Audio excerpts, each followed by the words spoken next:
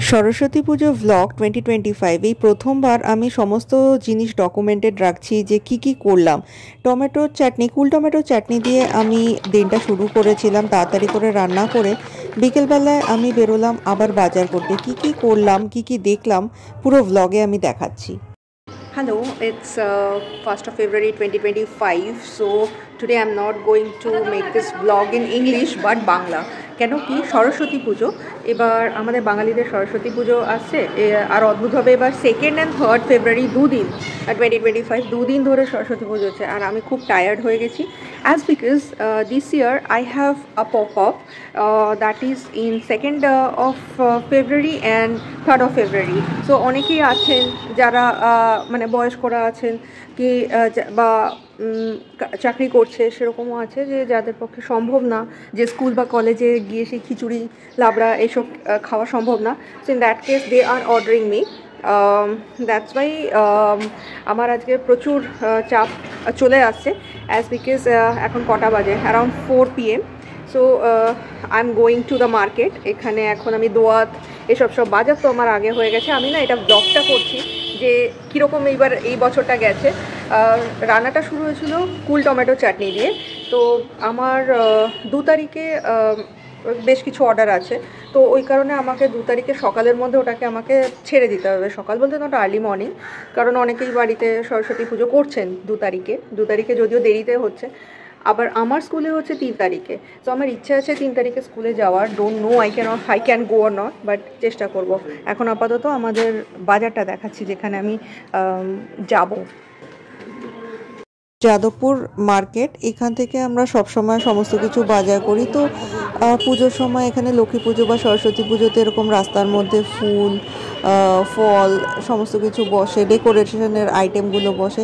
এগুলো দেখতে বেশ ভালোই লাগে, একটু দরাদরি করে কেনা যায়। এই বছর দেখলাম এদিকে বেশ কিছু সরস্বতী ঠাকুরের মূর্তিও বসেছে, কিন্তু বেশি মূর্তি বসে টুয়ার্ডস যাদবপুর ইউনিভার্সিটিতে। আর এটা হচ্ছে দোয়াত। এই বছর না আমি দোয়াতটা আর কালার করতে টাইম পাইনি, তো এবার কিনেই নিয়েছি।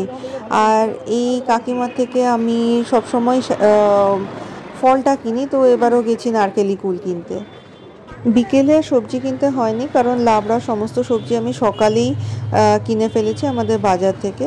তো এবার Jadavpur 8B bus stand cross করে ইউনিভার্সিটি পাস থেকে টুয়ার্ডস যাদবপুর বিদ্যাপীঠ আমার স্কুলের দিকে যাচ্ছি। এখানেই সবসময় ঠাকুরগুলো বসে। এখানে একাই ঠাকুর দেখলাম, বোধহয় কেউ কিনে রেখে গেছে, খুব সুন্দর লাগলো। এবার তারপরে ধীরে ধীরে এগিয়ে যাচ্ছি যাদবপুর পোস্ট অফিস ক্রস করে সোজা। মানে প্রচুর ঠাকুর, আমার খুব ভালো লাগে দেখতে। আগে তো এখান থেকেই ঠাকুরগুলো কিনতাম। এটা যেরকম আমার ভালো লাগলো, লক্ষ্মী প্যাঁচা না, লক্ষ্মীর মতন দেখতে আর কি, মনে হলো লক্ষ্মী ঠাকুরই যেন হাতে বীণা নিয়ে দাঁড়িয়ে আছে। তো এইগুলো বেশ সুন্দর লাগছিল দেখতে। এই দিকের ঠাকুরগুলোকে দেখে মনে হচ্ছিল যে বিশাল দামি জুয়েলারি পরা স্টোনের। আমি একটা ফটোও তুলেছিলাম, কোথায় গেছে আমি বুঝে উঠতে পারছি না।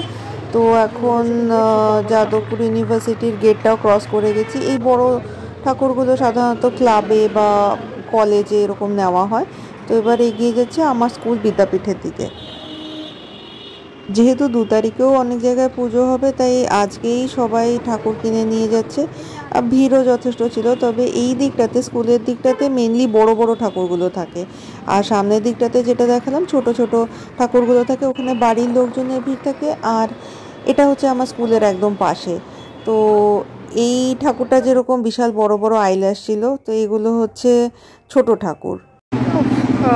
ঠাকুর তো দেখা শেষ হয়ে গেছে, এবার এই জায়গাগুলোতে দেখছি। ফাইনালি ঠাকুর দেখা শেষ।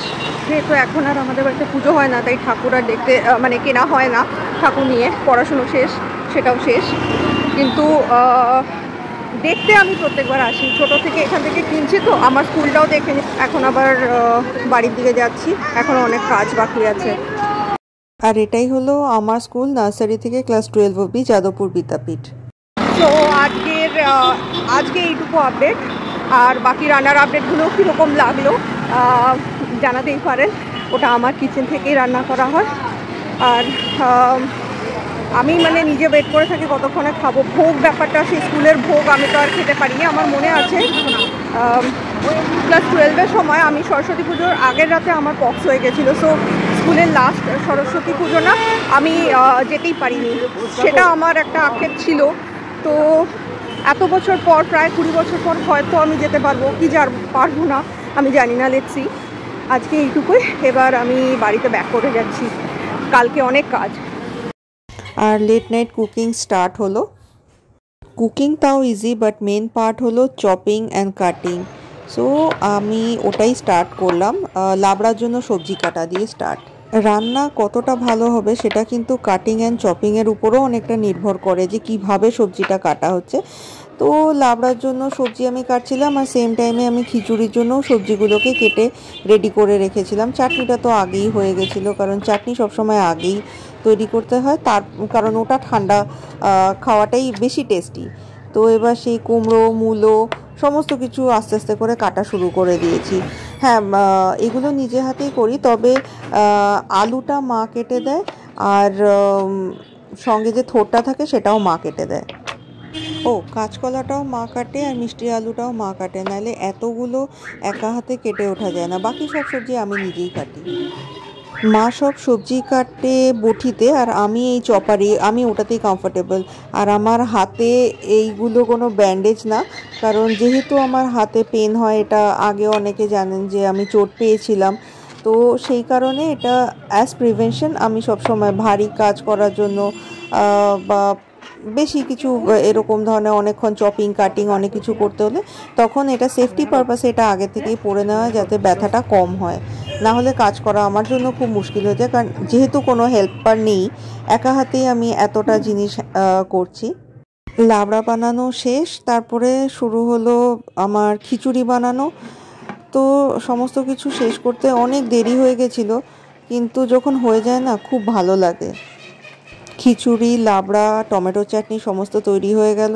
এবার আমি ঘুমোতে যাব। যতক্ষণে এই ভিডিওটা আপলোড হবে, কাজের ফাঁকে ফাঁকে এটাও আমি করে দিচ্ছি, তো ততক্ষণে আবার পরের দিন হয়ে যাচ্ছে। So thank you for watching Madhurima's kitchen. এইভাবেই আপনারা আমার পাশে থাকবেন, আমারও খুব ভালো লাগবে। এবার নেক্সট পুজোর ব্লগটা আশা করছি আমি দিতে পারবো।